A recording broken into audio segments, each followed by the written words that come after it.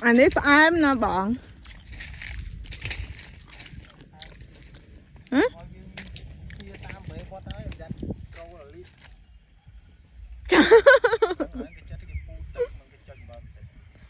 ừ hay ôn chăng món á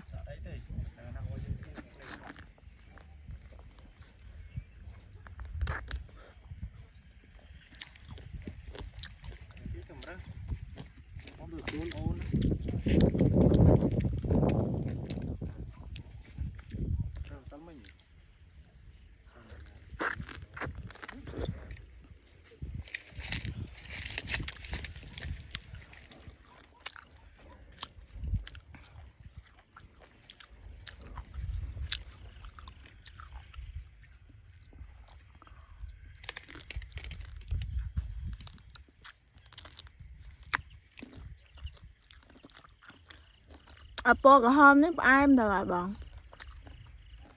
Apple lương ai mà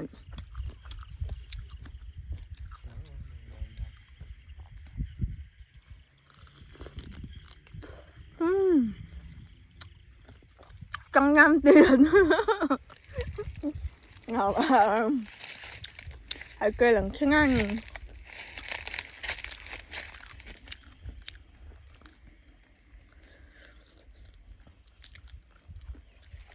như là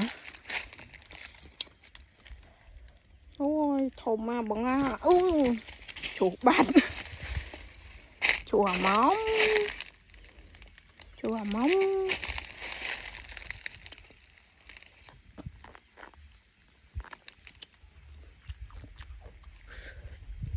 lên mà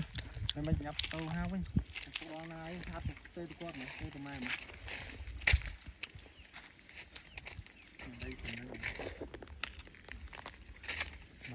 chấm nha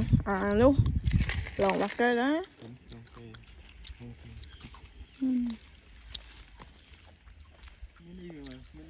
mấy người chắc phục trâu mình nè bố liên cho siêu